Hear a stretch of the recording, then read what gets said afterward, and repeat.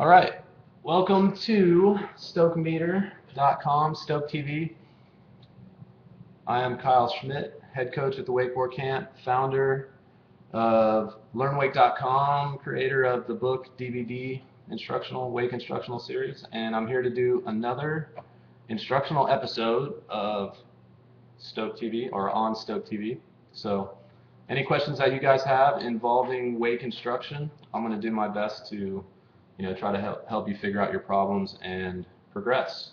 And it looks like Sam Adams has the first question. So Sam, you're asking about the backside 180. I assume you're talking about wake to wake. Yep. And you're having problems getting the handle. So what we do, or when I coach people at the wakeboard camp or just during clinics, is we teach people how to ride cuffed and blind first. And I never teach anybody early handle pass.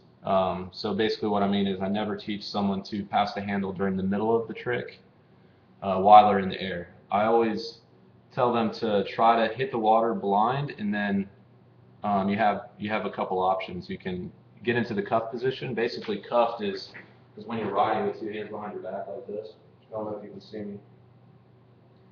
So if you did the backside 180 and you turned, you landed blind, but then you went like this, we call this the cuff position. So this is blind, this is cuffed, and then this is normal. So basically what we say is there's a bunch of options to land, and in order to land it consistently, you have to be able to ride in all those positions. The one thing about the backside 180 is no matter what option you choose, the head position is always the same. So say you're the boat. If I edge in, I'm regular, so I'd be going that way. If I edge in, spin, pass the handle. Even if I pass it, like land blind, pass the handle, I still have to keep my head back so I don't fall out on my heels. If I land cuffed, I still have to keep my head back. And if I land blind, I still have to keep my head back. So all three positions have the same exact head position. So this is cuffed, this is blind, and this is early handle pass. So see how I'm still looking back? That's how we teach it, and it works really good.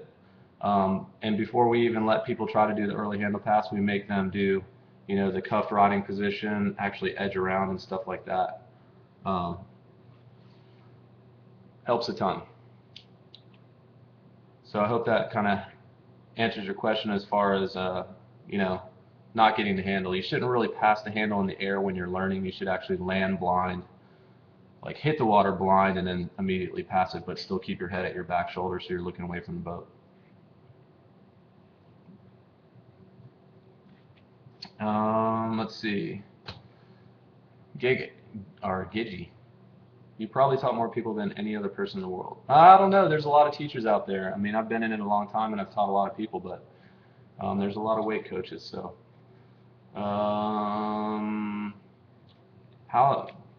Gidgy says, how should I approach the wake? It depends on what you're doing, really. We teach 3 different edges. We teach a progressive edge, which is more geared towards line tension tricks, like back rolls, going big out into the flats, or doing really shortcut wake jumps. So you need line tension to clear the wake.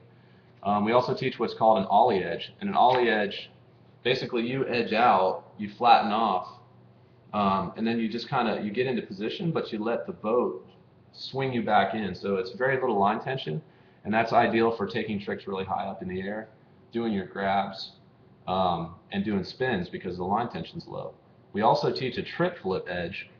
The trip flip edge is a hard edge at the beginning, a flat edge at the wake, and you actually switch your edge a little bit when you hit the wake, so you get tripped into two kinds of flips, tantrums and toe side front rolls. So that's kind of a broad question, and for basic wake jumps, if you're trying to go really high, you would take kind of a slow approach and use a lot of legs to clear the wake. So you say in your text, you say people say I cut too fast. Yeah, I mean, if you're going really fast across the back of the boat, it's hard to switch directions and go up. I mean, you can't change angles that abruptly at the wake. So if you come in slower in more of a seated position, then you can use your legs and change angles a lot easier. You'll go more straight up and you'll clear the wake with height instead of speed. So you're basically adjusting two variables. Your edge makes you go across, your legs make you go up. So if you go slow across and then use a lot of legs at the wake, you're going to get kind of a higher, slower wake jump. If you use a lot of, a fast edge and very little legs, then you're going to kind of go low and long. So that's kind of how you have to think of your wake jumps. Stag says, where do I keep the handle on a back roll? I mean, in a perfect world, you should keep it right at your belt buckle. You shouldn't move it at all. If your back rolls sound, if the technique's perfect, but often, you're not going to do a perfect back roll every time. So usually when people take off for back rolls, for a progressive back roll, the handle, if they're traveling this way, the handle moves towards their back hip. Just it's the nature of the takeoff. You kind of turn up as you leave, and it pushes the handle towards your back hip. But then on the landing, the stoppie rotation, you have to move it back the other way to your front hip. If you keep it at your back hip, then the board will over-rotate kind of more towards 180 or roll to revert, and then you slide out on your heels and you fall back. So basically at takeoff, you move it a little bit towards your back, but through the air, you should have your elbows glued to your rib cage. You should have the handle directly in front of your belt buckle, almost kind of below it. You want to be pulled from your hips. You don't want it to be real high. You want to try to keep that rope axis real tight. Wake dude. Is ollie edge a consistent edge, or does it build? It actually builds. You're not building it. The boat is building it. So you actually just sit still and you let the natural physics of the boat build the edge. So when you edge out, you get into position, you sit down, you look towards the wake, and then the natural pull of the boat will kind of accelerate you in. The analogy I explain, we have an orientation meeting every Monday, like a classroom session at the camp. And when I explain an ollie edge in that meeting, what the analogy I use is kind of crazy. I actually, use one of the students as an example, and I say, hey, if I was driving a car and I tied a rope to my back bumper, but then I tied the end of that rope to your ankles and I was dragging you down the road on your butt, if I was driving straight, you would be straight behind the car. If I turned to the left, what would happen? And the person would get swung out by centrifugal force. Then as I straighten back out, the person doesn't do anything. They just sit there, and the natural force of the car pulling them forward swings them back in. They don't just go to the middle. They actually have momentum to swing to the other side, back and forth until they center. So every time you edge out on the boat, if you get into position and then just look back towards the wake, the natural pull of the boat wants to swing you back in. And if you just harness that energy and let it happen, you can just use your legs at the wake to really get some good high pop. It's a real slow, low line tension edge. It builds, but you're not building it like a progressive edge. A progressive edge, you start the same way as an ollie edge, but then you actually add to it by really leaning back and loading the line to get that real line tension pop. So, Amy, do you know how many people you have coached? No, but I wish I would have kept track of it. That would have been a neat number to see. I started coaching in, 98, I think. And that's how I stayed wakeboarding. Coaching has always been my means to wakeboard. So it's been a fun career, and I've met tons of people. Wake dude. Oh, Kyle's Monday camp class, good times. Yeah, people get out of school, they come to camp, and then they go right back to the classroom on Monday. But we only do it once a week. It's just a really good, it's about an hour and a half long where you sit and listen to some good wakeboard physics, and a lot of people learn more than they ever have about wakeboarding in that one classroom session, so it's pretty good.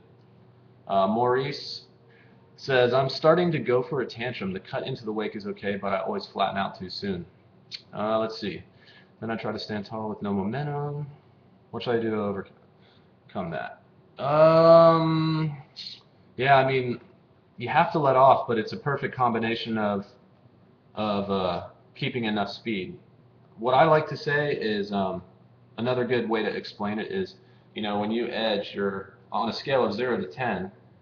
If you start at 0 and build up to 10, you have to -5 to flatten out. Like, you have to flatten out at the wake. Um, so, but how can I explain this? Let's look at it this way. Let's say you need, on a scale of 0 to 10, let's say you need at least 5 left at the wake to be able to pop the trick, flip, and land on the other side. Okay. But if you're flattening out and you -5, what do you have to start with? You have to start with 10 -5 and still have 5 left. You can't start with like 0 and real mellow, get to the wake, flatten out, build up to 5, get to the wake, flatten out, and then have nothing left. So it's kind of a perfect combination. What I have people do is I have them practice backside reentries a ton, because that's basically directly related to a tantrum pop. If your backside reentries, one-handed backside reentries aren't good, you can kind of almost say that your pop for your tantrum is not going to be good as well. That's probably one of the biggest keys to learning a tantrum is really good backside reentry ollie pops. Um, let's see. I want to get to the wakeboard camp someday. Is it really busy? Well, there's different times basically. Summer Summer's pretty busy, like July, June, July is pretty busy, and then August, September, October, it stays warm all the way to December down in Florida. Those months slow down. We still have people every week, but it's not like the usual, 4 boats, 5 people per boat, 20 people a week kind of thing. Um, and honestly, you really have to just kind of call and check and see how booked we are, because there's different parts throughout the year. When everybody's going back to school, we slow down. Um, so right at May, when everybody's graduating or finishing up exams, we get really slow, and then it picks back up when summer starts. And then winter, we get a lot of people where it's cold, like Europe. We get a lot of Europeans in the winter, just because it's frozen over there, but they can still come to the camp and ride, and it's fine. So best thing to do is email or call for availability. Excuse me. It's 1,500 and 25 per week. A week starts on Sunday, and you ride Monday through Friday, and then you usually leave on a Saturday. That's our typical week. You can do anything you want, though. We have people stay for 2 months, 2 weeks, 3 days, 1 day, so it's kind of up to you. We can cater to anything. Our typical week is Sunday, ride Monday through Friday, leave on Saturday, though. Bob, I want to land an invert this season. Well, there used to be 2 inverts that we taught the most. We still do. I mean, back rolls and tantrums are the most common. But lately, toe side back rolls have kind of come into the mix, only because you can simplify the flip. Most people learn a progressive edge for a wake jump. They also can do back flips pretty good on trampolines or off a diving board, like back layouts or back dives. So when you mix a progressive edge and a back layout together, a one-handed approach, one wake toe side back roll is really low impact, and it's a really simple flip, because when you let go with one hand, you put everything in line with the board, with the rope. Then all you have to do is kind of hang on the rope, edge in, and throw your chest forward and your head back. So lately we've been teaching a lot more toe side back rolls first. They're not quite as complicated as the load and release pop of a back roll and the trip flip edge of a tantrum. And the rider can actually throw the back flip, let go, and try to land without the handle first. So it's kind of a low impact way. We do that on a longer rope, like a 75 to 80 foot rope. We slow the boat down, so that way if you fall, the falls don't hurt. You can land, if you're on an 80-foot rope, the wakes are really wide, so you can take a short approach, flip, and then land right in the middle with no problem. So, but yeah, I mean, back rolls, tantrums, toe side back rolls are probably your best bet. Learner, what kind of wakeboard should I consider as a beginner? It's a great question. I always try to get beginners on a rounder perimeter shape. So, if you look at the board sitting on the ground, anything with a rounder perimeter shape is going to be more forgiving, because there's less hang-ups on the tip and tail. One of the most important features that I like for a beginner is a variable edge. And basically, a variable edge is it's not the same sharp edge all the way around the perimeter.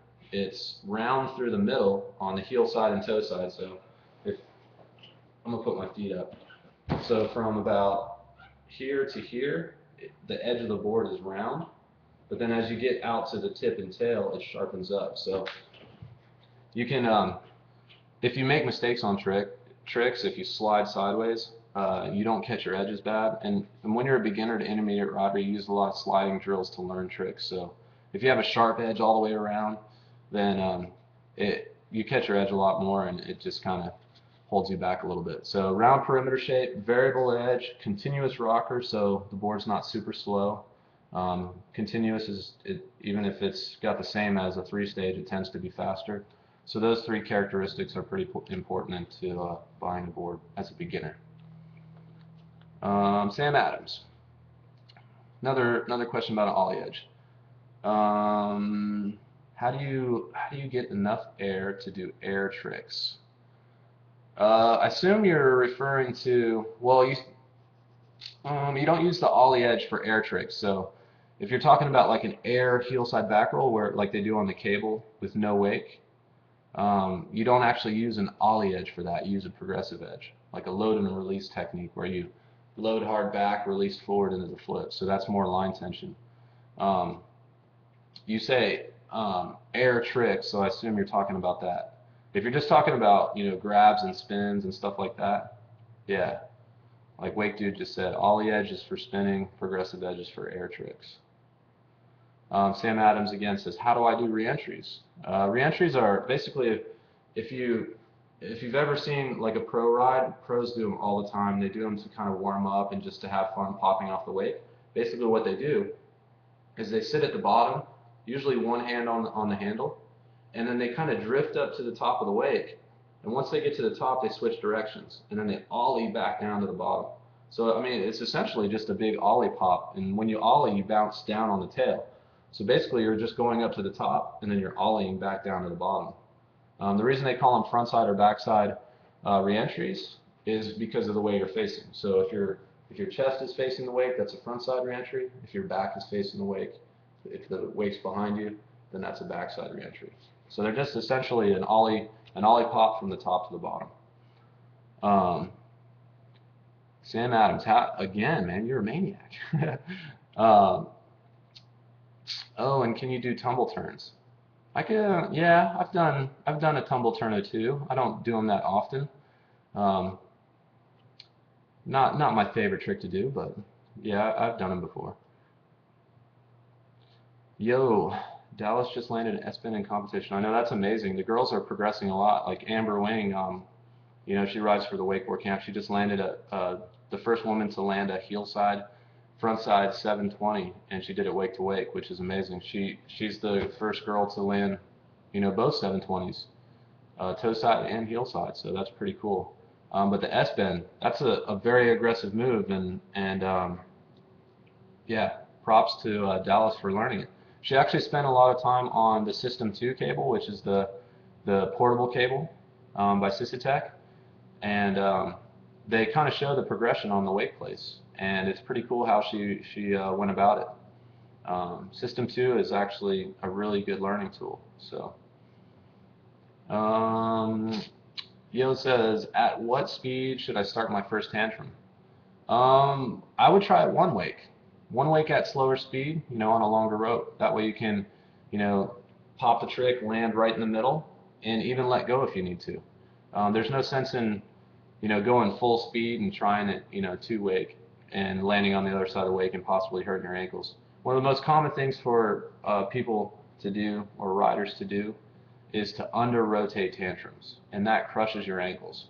The best thing you could do is try to over-rotate your tantrum, actually do too much flip, land back on your heels, and then fall back on your butt. If you under-rotate, it kills. If you over-rotate, it's not that bad. So always try to over-rotate your first tantrums.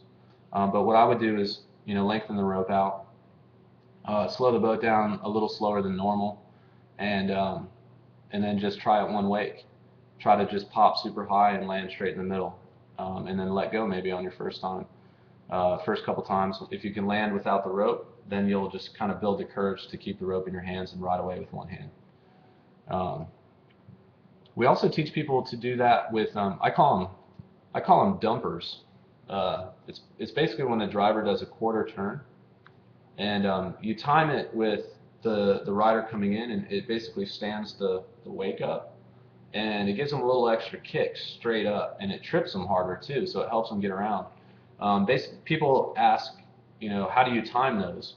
If someone edges out and they coast, when they're coasting flat and they get into position, as soon as they start any hint of an approach is when the driver does a quick quarter turn. Because chances are, by the time the quarter turn reaches the spot where the rider hits it, they'll be right in the right spot. So as soon as they start turning in, the driver does the quarter turn and then turns back straight. And that little bit of a dumper will give you that extra bit of pop. And you always turn away from the side the rider's on, and that kicks the wake up. It's pretty cool. Wake Dude asks, what is your riding length, speed, and favorite weighting of the boat? Well, I ride at a bunch of different lengths just because I ride, when I do clinics, I'm always riding behind a bunch of different boats. But behind my Moomba LSV, Mobius LSV, it's my little plug for my boat sponsor, I ride about 80 feet. And behind that boat, it's about 25 and a half, 26 miles an hour. And there's a lot of weight in the boat, a lot of ballast. So, I mean, any maxed out wake is going to be a lot of fun. So the more the merrier. If it's big, we like it. Are there any particular boards you would recommend? Brand and name. Well, my buddy Joel and I just started shaping wakeboards for Humanoid. So we're trying to get that company going. We're doing flex and anti-flex boards. We have a shape out available right now. If you go to humanoidwake.com, you can actually pre-order it. We're starting manufacturing this month. It's called the Oracle, and it comes in 3 different sizes. It's a really cool shape. So I just started shaping boards with them. So that's a pretty cool experience. So, I mean, Humanoid wakeboards. There's a lot of good boards on the market. I mean, it's hard to recommend a specific brand because it depends on what you prefer. So like if you like 3-stage pop, if you like a slower board, I mean there's definitely the right board for you. So it's kind of a broad question, hard to answer. Wake Dude, ollie edges for spinning. Okay. Let's see. Wake Dude, I was at the camp for her heel. Oh, nice.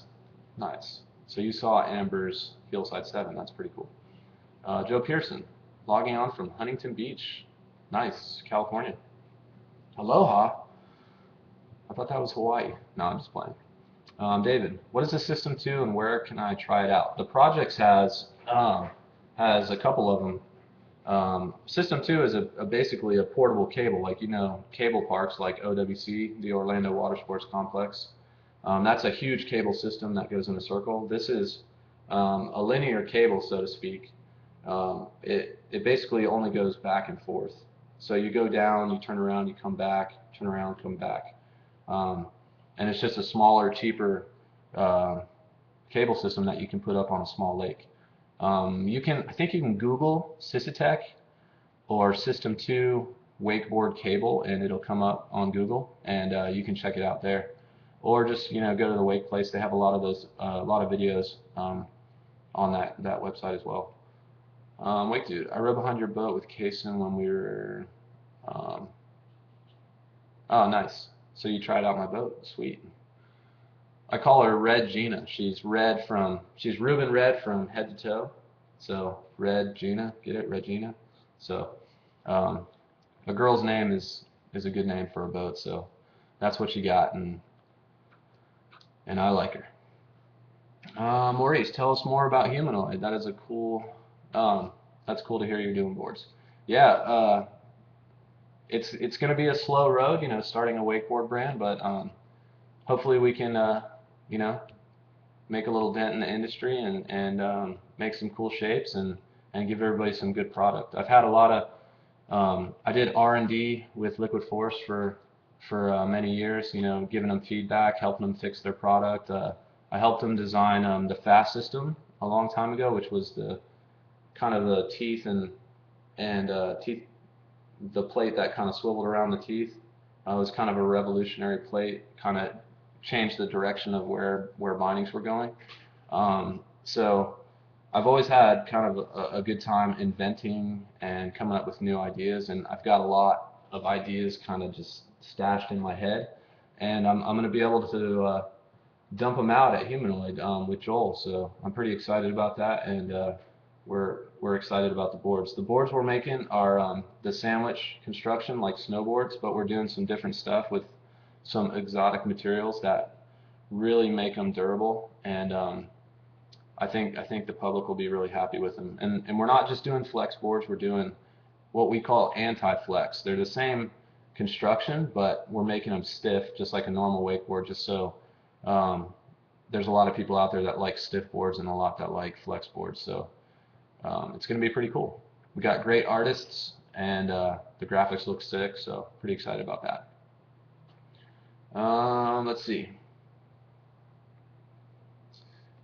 Luke, you helped design the FAST system. Yeah, actually, I created the original concept out of a piece of a street sign and some what's called starboard. It's like a marine grade plastic, and I did it with at first with an old ultra suction, and I took that to Tony Finn and Jimmy Redmond, and then I worked with Scott Crumrine, who was the product manager at the time, and we came, we built the FAST system together, and it was pretty cool. That release actually had 3 patents that I was a part of. It had canted footbeds, which help with knee injuries. Since we ride so wide, it turns your ankles in a little bit, and helps your knees roll inward, so it reduces injury. And then Lycra. I mean, Lycra liners. Every boot in the industry has Lycra liners there, so that was a big tidbit that I added to the industry. I like to take credit. I was down in the Liquid Force shop sewing Lycra liners to old Ultra toe and heel pieces to make the first one, so that's pretty cool. Yeah, that was fun doing R&D. And then of course Jimmy Redmond and I worked on my pro model, the Litmus, which was pretty cool at the time. Card says, what is the best way to figure out binding placement? I actually just answered this a question on the bulletin board about this to one of our learnwake.com members. What I like to say is you should ride wide enough where you're stable, but it doesn't hurt your hips, your knees, and your back. As far as stance angle, there's kind of a misconception in the industry. A lot of people think the wider you go, the more ducked out you should be. But what that does is it doesn't allow you to touch your knees. So I'm going to back up, and I'm going to kind of show you what I mean. So if I stand up, I'm going to aim this kind of down at the floor a little bit. There we go. Okay, so if I still can't see my feet. Hold on one second. There we go. Okay, so if I take a wide stance and I turn my feet out like this and I bend my knees, now I can't touch my knees together.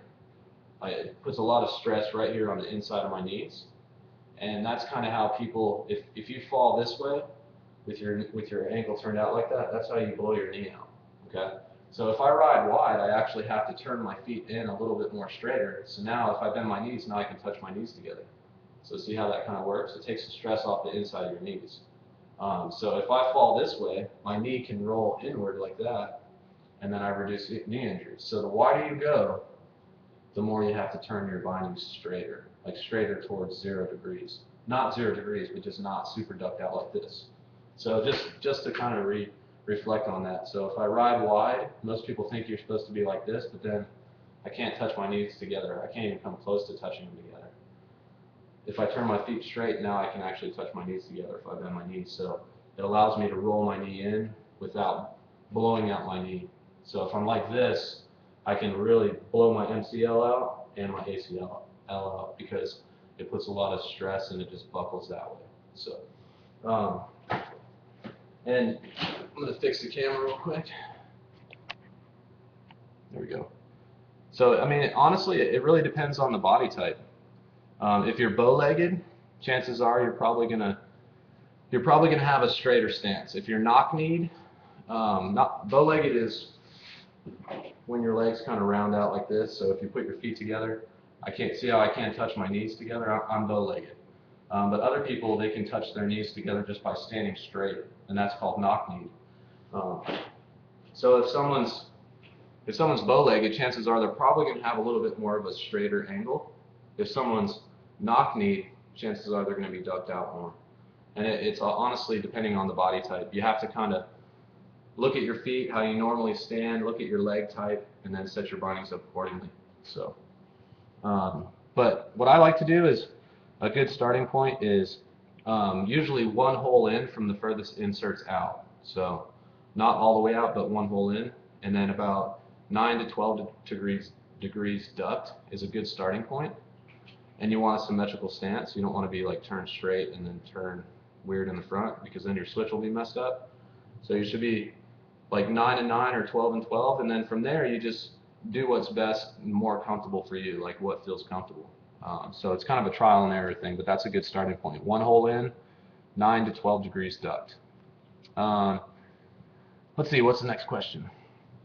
Loco, are you a three-stage or continuous rocker fan? I like continuous, only because the way that I teach, the way that I coach, and the way that I try to ride is to flow with the physics that are out there on the water, the boat pulling you across the water. And three-stage boards, like say you have a three-stage board and a continuous board, both with the exact same amount of rocker, like 3 inches of rocker.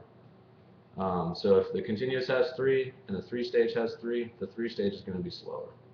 Just the nature of the flat spot and kind of how it's bent, it just pushes more water. The continuous is going to go through the water a lot faster.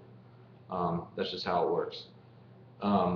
If you're riding a continuous board, then you're going to kind of do things easier. You're not going to be working harder to make the board go, so you can actually flow with the physics easier.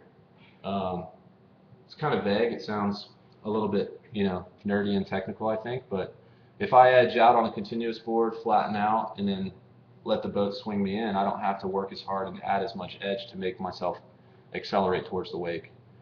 Three-stage, on the other hand, a three-stage is a lot more poppier than a continuous. Like if you had a three-stage with 3 inches and a three-stage continuous with 3 inches, you'll feel a lot more pop from a three-stage. So I like continuous pop just because I like to edge more. I like an edgier feel. But some people like a slower feel, but a big rebound at the wake, and three-stage is more ideal for that. One thing you have to keep in mind though is usually like 3 inches of continuous, 3 inches of three-stage. When you land, a three-stage is going to hit and then slow down. So it's going to kind of make the landings harder for some tricks. Where a continuous will, since it continues to carry that speed, it'll go faster on the landings and it'll seem easier to land some tricks. So board specs are super broad. I mean, there's a lot of variables that you can tweak one variable and the complete board changes. So Wake Dude asks, you're riding the flex board, right? Lately I've been riding all the prototypes just to kind of give feedback to our manufacturer. We're doing a little bit of final tweaking, so I personally like stiff boards, but yeah, lately I've been riding a flex board. Lurker, plus your hips won't turn as well.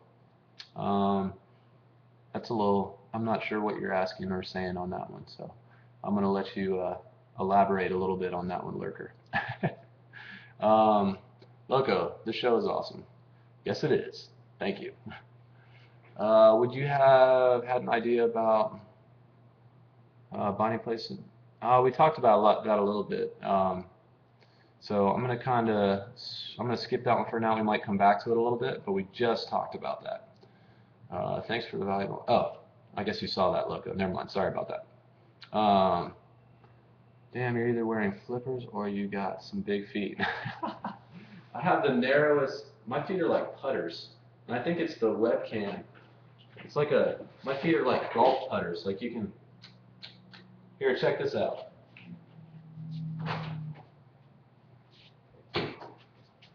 This is my golf putter, that I putt with in the office, my foot looks exactly like the golf putter. It's real skinny and narrow. So that's pretty funny. I actually wear, 10, 11 boots, but I have to crank them down super tight because my foot is, that thing, I can squeeze it and it's super narrow. Most people have wider feet. I have really, really skinny feet. Anyway, let's stop talking about my feet. Let's talk about instruction.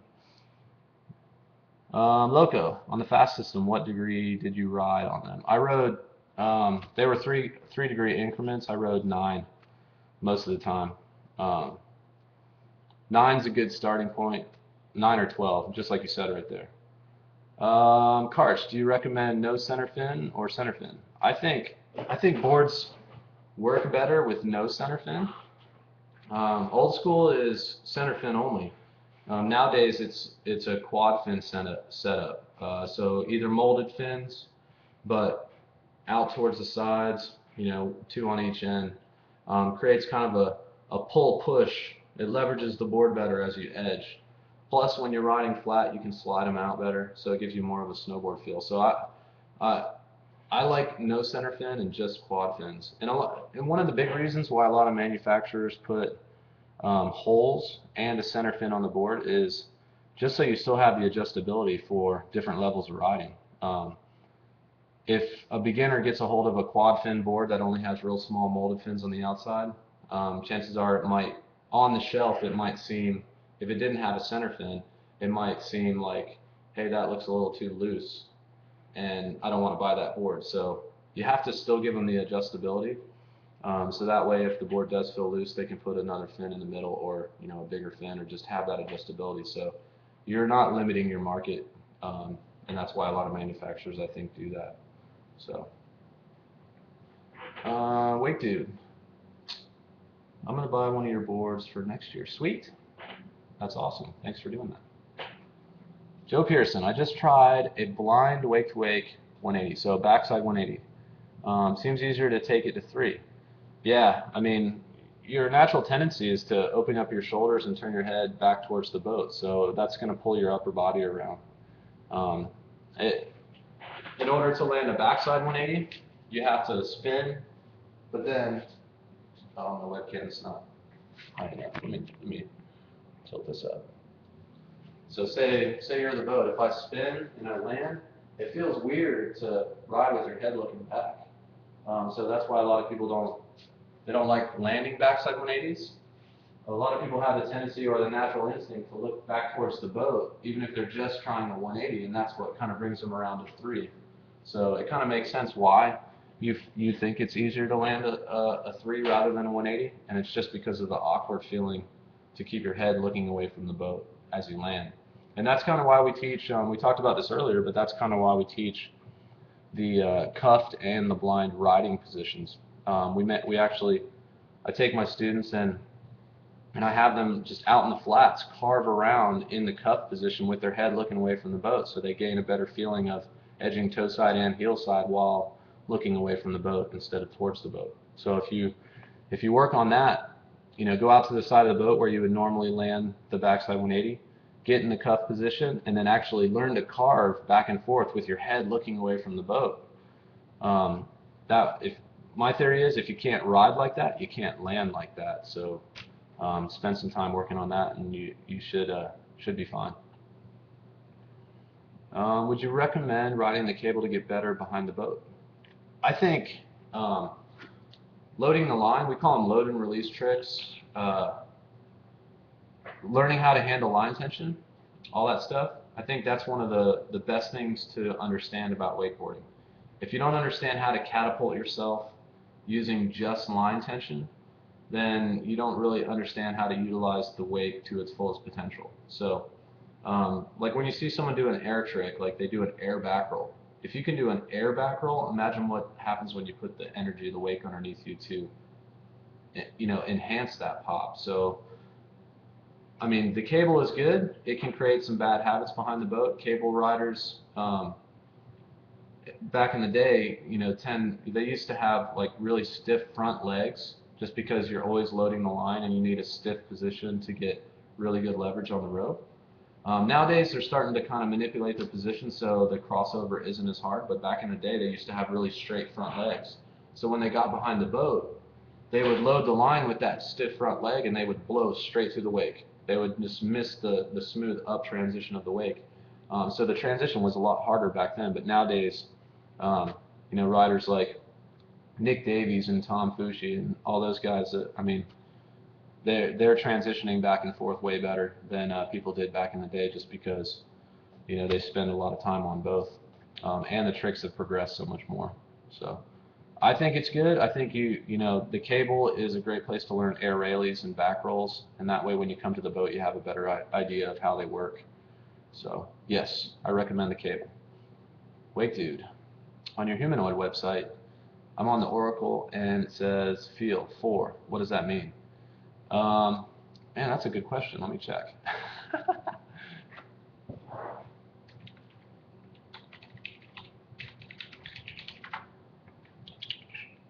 Whoops, I spelled it wrong. Oh man, I blew that.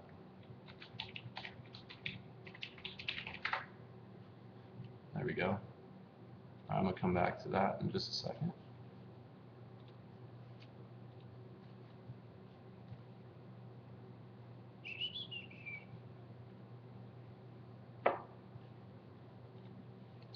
Meanwhile, while that page is loading, can we ask your current sponsors?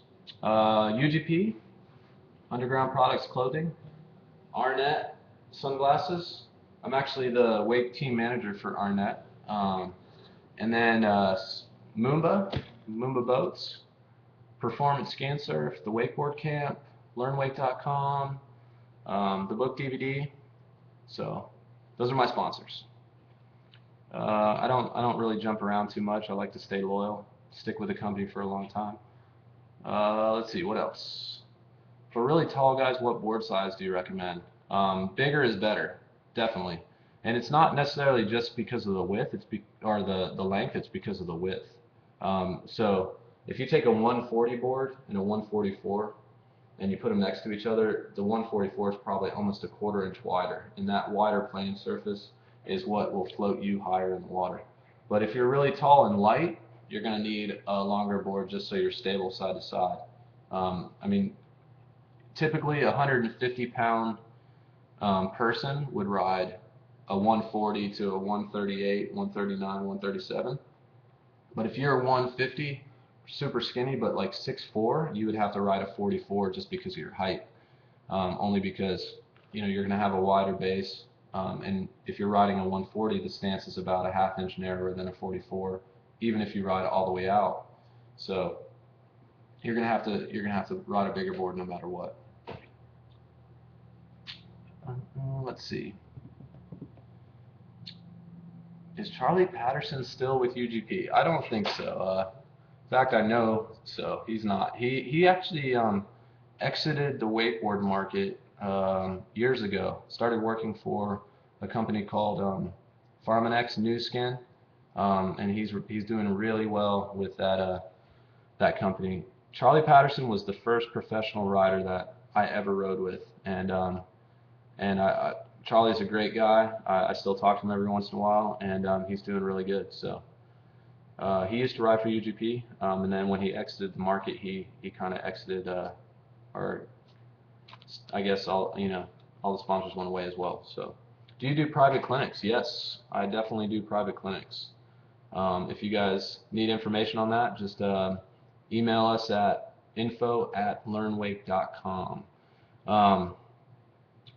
Just to let everybody know, just to recap, we're doing a special coupon code for everyone on the show that watches the show tonight. It's a free week trial to learnwake.com. The coupon code is Stoke Meter. So if you go to learnwake.com, which is my instructional website, and you click the sign up button, it'll ask you for a coupon code, or it'll ask you if you have a coupon code. Click yes, and on the next page, sign up. There's no billing information required. It's just put Stoke Meter in the coupon section, and you get a free week to try it out. So check that out. Actually, go to learnwake.com/stokemeter and then go to the sign up page. Got to make sure our affiliate gets his credit. So yeah, next question. No problem, man. Yeah, there you go, Karch. Nice. Joe Pearson. I surfed with Charlie a couple years ago in Redondo Beach. Yeah, Charlie's a great guy. Bob, tell us about proper body position. Um, the biggest the biggest thing that I want to stress about body position, I'm going to move this down so you can look at my skinny feet again. Actually, my knees this time. So, is that low enough? There we go. One of the biggest things that I like to say when I coach is I don't like to say the word bend. I like to say the word, the phrase roll your knees forward. So if you look at me from the side, I like to say roll your knees forward, just like that. And the reason why is because it puts you into a soft position, but at the same time it moves your hips forward towards the boat. Like usually when you tell people to bend, they go like this, and they stick their butt out, and their hips move backwards, and that's not good for resisting the pull of the boat. So if I'm riding left foot forward, I have my hands on the handle. If I roll my knees forward, my hips go forward, and now I'm in a perfect position to wakeboard. If I'm soft like this, see how my knees are kind of soft? It lets the board transition from edge to edge a lot smoother. So that's one of the main things for we call it the normal riding position, and that's regular, goofy, or switch dance. So if you're riding normally, one hand or two hands, you gotta have your knees rolled forward no matter what. That's a better position. So that's the biggest key for body position. Another thing that we teach at the wakeboard camp is we don't teach people to pull the handle into position, or we don't really fix the handle position. We fix the body position. If the body position is correct, then the handle position will be correct. So for instance, if you look at me kind of like this, if my hips are out, now the handle's far away. I don't want to pull the handle in to fix the handle position. I want to adjust the body position. So if I roll my knees forward and put my hips in better position, see how the handle gets closer to my hips without having to pull with my arms? So that's kind of how we teach it to camp. You fix the body position, and the handle position will fix itself. So usually when the handle's out of position, the body position is wrong, and you need to focus on that. Red, what's the toughest thing about instructing? That's a tough question. I guess it would be not getting feedback.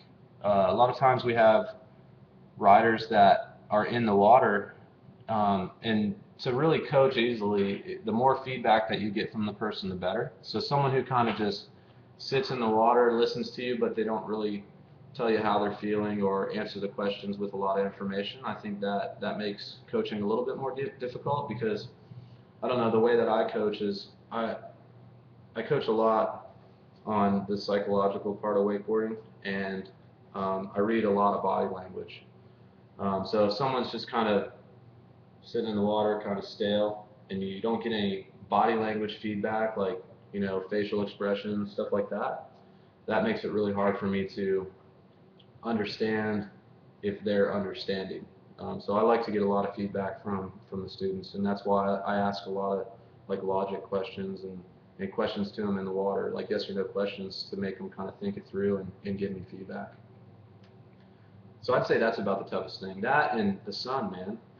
If we didn't have the sun so blazing hot in Florida, giving me my pale skin sunburn, man, wakeboarding would be perfect.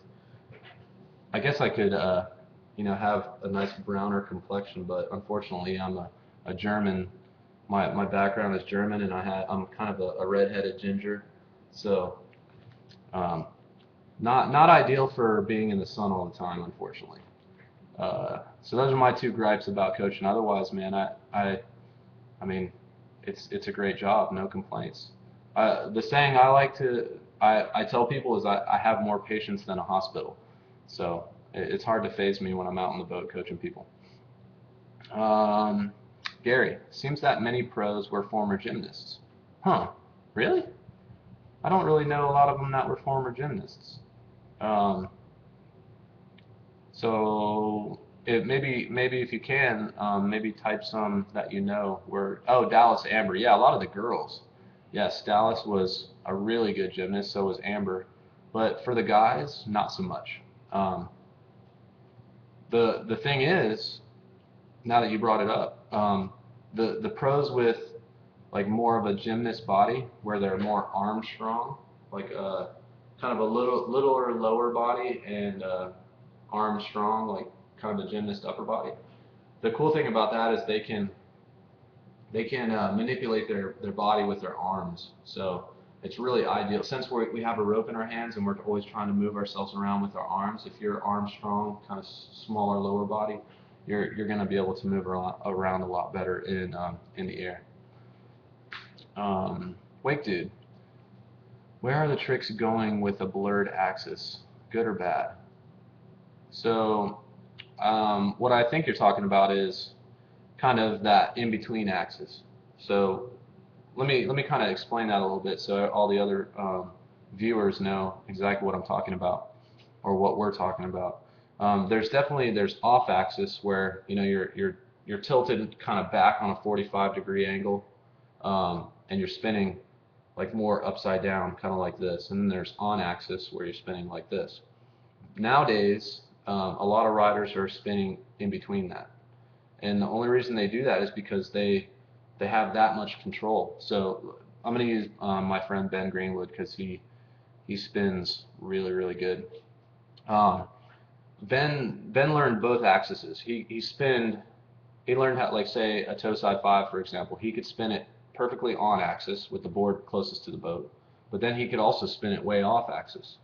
Having that understanding of both axes allows him to do anything in between as well. It gives you that control. So and that blurred axis, like you mentioned, it kind of allows you to not worry about your axis so much. You can just go up, spin, not have to worry about setting the perfect axis, and you can still bring yourself down. And that's why riders like Danny Harf, landed the 1260, and they're landing, 1080s really easy now, and they're not having to worry about their axis, and that's because they learn both. So that's a little hint for any of you guys that are wanting to spin, sevens and nines. Make sure you learn on axis and off axis, and you'll have a better understanding of how to spin in between. So you won't have to worry about it as much. You can just pop, spin, land. You won't have to dial it in as good. Let's see. Let me scroll up. We're getting some more questions. Sweet. What is the best way to learn to ride switch? Amy, thanks for that one. What I like to do, one of the most time-consuming things you can do is just go out and edge around switch stance. That takes forever to ride switch, or to get good at switch, I should say. The best thing you can do is build your tolerance for speed. And what I mean is, you kind of have to scare yourself, like go too fast, have the boat driver. You don't have to jump the wakes or anything, but turn switch stance, go out in the flats, carve around, but carve around at like 30 miles an hour. Or even do, when the boat turns around, go out on like a switch heel side whip and get used to, going 30 or 40 miles an hour. If you build your tolerance for speed, then when you slow down to your normal wakeboard speed, you're just naturally going to be more comfortable and you're going to move around faster behind the boat. So it won't phase you as much. That's probably my number one recommendation is that, and don't learn how to edge switch, learn how to slide around switch. So instead of getting up switch, going out and just edging out on your heels, instead do like a frontside slide and slide outward, because if you can slide, you can edge. So slide switch, slow the boat down if you have to, learn how to control your slides, both frontside, backside, like even a cuff slide. Learn how to slide around and really control the slide switch, and then build your tolerance for speed. That's the best advice I can give anyone trying to learn switch quickly. Bob, I seem to lose track of where I am on inverts. Any suggestions? One thing that I recommend is don't try to look for specific objects.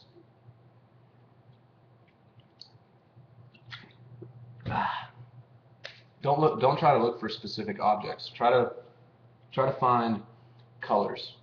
The big thing, whenever something's new, you're going to be a bit nervous. Your adrenaline's going to be pumping, and when your adrenaline's pumping, your vision is blurred a little bit. It's just kind of the nature of how, human nature, so to speak. When your adrenaline's pumping, everything moves faster, you get kind of a little bit blurry. Um, so when a trick is new, you can see colors better than you can see actual objects. So like say a back roll, for example, if you're trying a back roll for the first time, you should look for the color of the sky, and then the distinct color of maybe the trees, and the distinct color of the darker water. The water is usually darker than the sky. So I mean, the order of your flip would be, if you took off, you'd see, if you let it right with your head, you'd see light sky, and then trees, and then dark water. As soon as you see dark water, you're spotting your landing, and you're trying to stop the trick. So that's what I recommend. Look for colors, not actual objects. The other thing you should do, um, trampoline training. Always get ahead of yourself on the trampoline, but be careful. Trampolines are dangerous. Use, proper safety equipment, all that stuff. But my theory is, if you want to learn a trick on the water, you should be ahead of yourself on the trampoline. So if you, like for instance, if you want to learn a tantrum on the water, you should be able to do a backflip on the trampoline, but also a backflip with a 180 in both directions. So that way you can control your body and you have like a little air awareness. So yeah, I think Joe Pearson twisted. Uh, Yeah, Twisting You in Lake Elsinore teaches a trampoline course with a harness and stuff. Yeah, that's great. Foam pits are great. There's a lot, I mean, if you do the research, a lot of gymnasiums, like gymnastics centers, they'll allow you to use their trampolines if you sign their waivers and pay them a certain fee, and they'll even coach you on the trampoline. So any trampoline training is really good for flips. A lot of the pros, I mean, I can remember back to when the Orlando Pro Tour stops were held at Lake Altamont, or Altamont Springs, that lake that's right there on I-4 in Orlando. Um, I mean, the kids, all the pros, they were just always jumping on the trampoline. And I mean, we all used to spend, 2 hours plus every day jumping on the trampoline, pushing the limit of tricks that you could do on the trampoline or even on the water. So like back in the day when a 720 was brand new, people were already doing 1080s and 900s on the trampoline, trying to push the limits, and that's a big part of what made our sport progress. So if you want to push your limits on the water, you got to kind of do the same thing, jump on the trampoline a lot, but excuse me, you have to learn past your goal trick. So if you want to learn a tantrum, learn a whirly bird. If you can do a whirly bird on the trampoline, a tantrum's going to seem super easy. So that's what I recommend. Jason, when I try a Tootsie Roll, I get the handle, but then get pulled on my back and catch my edge. This is that's kind of a real technical problem. So what's happening is you're not finishing with the board. You don't have to finish with your upper body. I mean, you could turn your head to your front shoulder, and that'll help you open up. So basically what's happening is, I'm going to fix my camera. So basically, scoot back. So when you flip and you turn, if you leave your head at your back shoulder, then you won't spin all the way. If you bring your head to your front shoulder, you'll open back up to the boat and you'll land more like this. And you won't land like this and then fall back. So at the end of the trick, if you take your chin and put it on your front shoulder or your new front shoulder, that'll help you come right back around. The other thing you can do is really heel side cuffed is, well, I guess for that trick it would be switch. Since you're landing switch, it would be switch cuffed, but it would be switch heel side cuffed. So basically, if you're riding cuff like this, you would have to edge out on your heel side, which is a really twisted position. This is kind of hard to explain on a webcam, but basically you have to learn how to finish with the board more and not necessarily your upper body. We actually teach people on Tootsie Roll sometimes not to bring their head around, just because it makes them kind of over-rotate towards 3. But you definitely have to learn how to finish with your nose. And learning how to edge out, switch, cuffed, but heel side, not toe side. That's what's going to help you fix your problem. If you have more questions about that, shoot me an email, because that's kind of a technical issue that's hard to answer on like a live web chat. Wake Dude, I saw a Learn Wake thing on it. Oh yeah, yeah, I saw the Learn Wake thing on it. Yep. Yeah, we got a lot of videos specific to problems like what you're having. Gary, how do I learn off-axis tricks? There's a couple different ways. Every off-axis trick is related to some sort of Rayleigh-based trick. So if you're learning, say, an off-axis 180, um, you can go through kind of a trampoline sequence where you do like a little butt out. It's kind of a butt out Rayleigh where you don't actually push your feet out, but you push your butt out, and then you kind of mix it. So if I was on the trampoline and I pushed my butt out, kind of flew up into the air like this, but then on the way down pulled a 180 like a crypt, that's going to slowly kind of manipulate into an off-axis 180. So if I went out, and as I went out I turned up, but then pulled down to 180, I just did a little mini off-axis 180. So that's kind of how you can learn it on the water too, and you can use a wake skate to do that as well. But every single off-axis trick is related to some sort of Rayleigh-based maneuver. So you have to learn how to, we call it drifting. You're learning to drift your hips out instead of pushing them up towards the boat. And it's kind of something you learn on the trampoline first, and then you take it to the water. Let's see. God's on Stoke TV tonight. That's awesome. Can you explain the difference between backside lip slide, frontside lip slide? Okay. This all has to do with how you approach the rail or the lip of the wake. So frontside obviously is if you're facing, like say the rail is here. If I come up from the side of it, but I'm facing the rail, that's frontside. If the rail's behind me and I come up with my back to it, that's backside. And then the easiest way to reference if it's a lip slide or a board slide is if the tail goes over. So say I come up to the rail front side, but then I have to ollie, and then I have to turn the tail of the board over the rail. So that would be a front side lip slide. If the tail goes over, it's a lip slide. If the nose goes over, it's a board slide. That's the easiest explanation I can give you. If you come straight up to a rail, it's neither front side or back side. You should try to come up on some sort of angle to legitimately call it a front side or a back side, whatever. Skateboarders will tell you the same thing. If you come straight up to a rail, it's usually just, they call it like a board slide, because there's no front side or back side approach, and the nose or the tail doesn't really necessarily go over it. Wake Dude says black circle of death. That's kind of a term we use at the wakeboard camp to warn people to be careful on the trampoline. Gary, we'll be taking some beginners out soon. Any suggestions?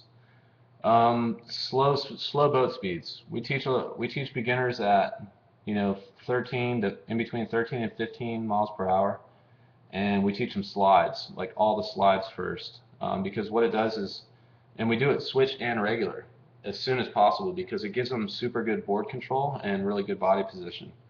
And then after they get a little bit of control with the slides, then we teach them how to edge and move around. So if you teach someone to slide first, then they understand how edging works, and you basically don't have to spend as much time fixing body position mistakes. So keep the boat slow, and learn the slides. Learn front side slides, learn back side slides, and just make sure their knees are rolled forward when they're riding, rolled forward over their toes. Because if their knees are rolled forward, they're going to be soft and their hips are going to be forward, and that's the key. Alex, New Jersey Wakefest. Greetings, man. Yeah, welcome to the show. Just for all the new people, just want to kind of recap. I'm Kyle Schmidt, head coach at the wakeboard camp in Claremont, Florida.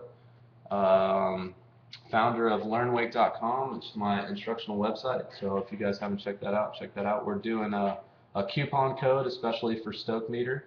So go to LearnWake.com/StokeMeter.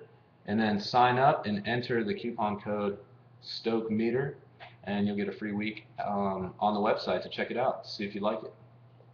The coolest thing about the website is you can upload videos and we'll analyze them for you and give you instant feedback. So basically you have access to professional coaching no matter where you are at on Earth, which is pretty cool.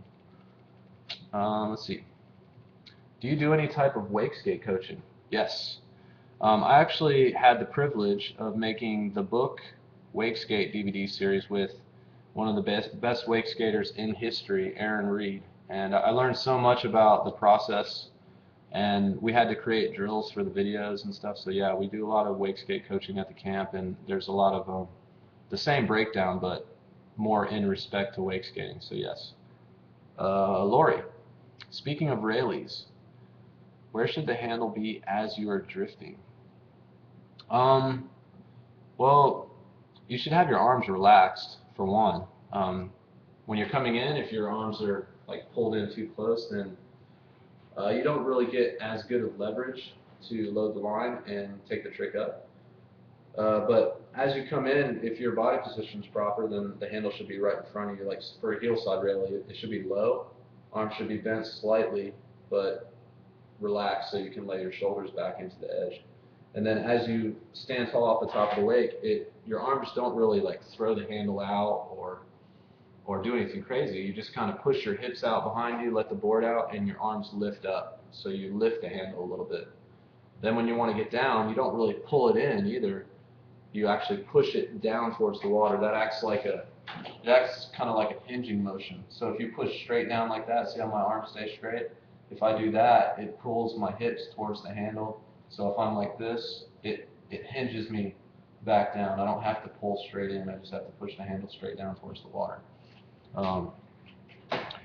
If you're wanting to do a railie with a 180, you push down and then move it in the direction that you want to spin. So if you want to move front side to do a crip, you push down and then back towards the wake. If you want to go to blind, down and away from the wake.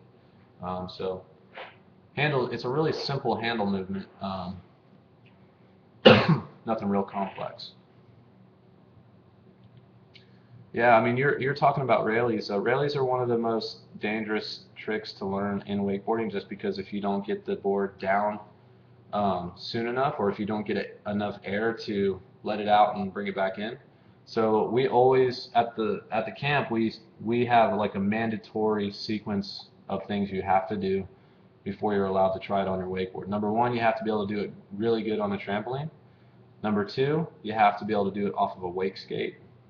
Repeatable, like nice and consistent, big, the same way every time off of a wake skate with a helmet and a Coast Guard approved vest. And then from there, you also have to, when you try it on your wakeboard, you have to wear a helmet and a Coast Guard approved vest as well. So take my advice and do the same. Trampoline first, wake skate next, helmet, Coast Guard approved vest, then maybe even the cable. Cable's a lot less impact than behind the boat, so that's another good step. But make sure you're wearing a CGA, Coast Guard approved vest, and a helmet when you learn that trick. Let's see what else. I have an early instructional. I can't remember the name. Oh, you must be talking about higher learning. That was a Bump Films instructional I did with Mark Bain, and yeah, it was higher education. Number one and number two. Yeah, I said some pretty pretty silly stuff on that video. Like I think one of the things I said was a 540 is just a 360 with another 180. So that was pretty embarrassing. It was a fun experience though. Let's see what else. That was my first voiceover experience, so I was pretty nervous. Let's see. What professional wakeboarders have you taught? Let's see. Man, probably a lot that you don't know. Well, all the I help coach all the guys at the camp. Like, if Ben ever needs advice, I help him. Amber, Haley Smith.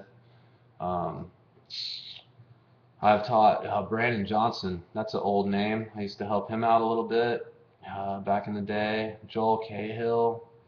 We've had a lot of people start at the camp. I never taught Danny Hampson, but he used to wakeboard at the camp, and that's kind of where he found wake skating. Um, just to name a few. But any of the guys, I don't really coach people on a regular basis, like certain pros on a regular basis. Like I don't have anybody on retainer or anything like that. But if anybody asks me advice, I always try to help them out. So um, I'm kind of a public coach, not a private coach, so to speak. Um, Wake dude, what does double concave mean on your board? Oh yeah, we were talking about feel. Let's go back to that. Play those.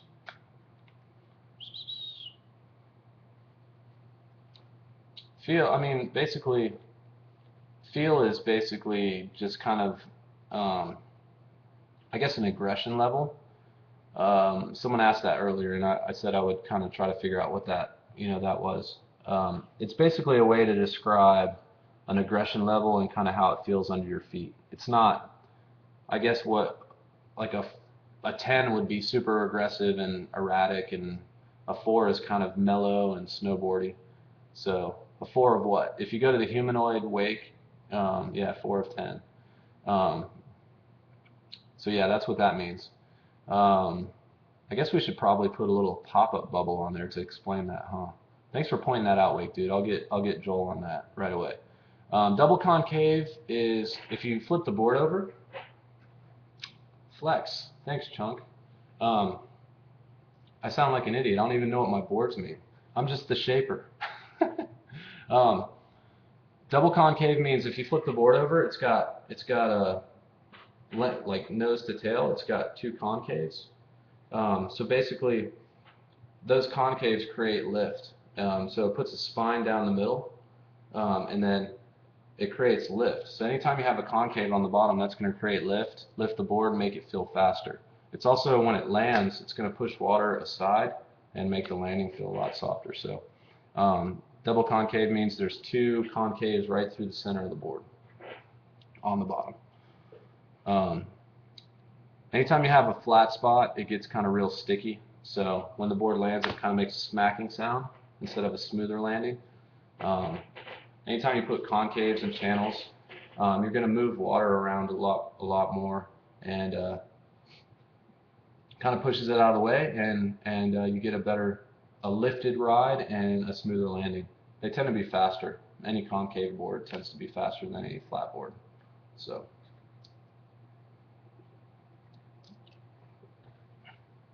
Joe, thanks for coming. Have a good dinner. I bet you're going to go to In-N-Out Burger, and I'm a little bit jealous. Because I think you're the one from, let's see, let me scroll back. Am I right? Are you going to In-N-Out Burger? Wow, it's 10 o'clock already? That was quick. Do flat boards hold a better edge? No, I wouldn't say they would, because they have less bottom features. So anytime you put bottom features on the board, there's going to be more to grab onto the water. So like a channel, so to speak. So if you look at the bottom of the board and there's a channel along the edge, anytime water can hit up against something, it's going to feel a little bit more locked in. Whereas a flatter board doesn't have anything to grab, so you're basically just relying on the perimeter of the board, to grab onto the water. So anytime you have channels, concaves, anything to hook on the, man, Mountain Dew gives you the burps. Anytime you have like concaves, channels, anything like that on the bottom of the board, it's gonna hold an edge. Water's gonna be able to force up against it a lot better. Let's see. Chunk, missed my last question. What should I be learning or trying before I try toe side 7? I can do toe side 5s. Grabbed. Are you learning it? Can you answer? Are you learning it on axis or off axis? When you answer that question, I'll give you some advice. Wake dude. Oh. Okay. Sweet. Joe Pearson. Nice, Alex. We are 1 mile away from Zilby's.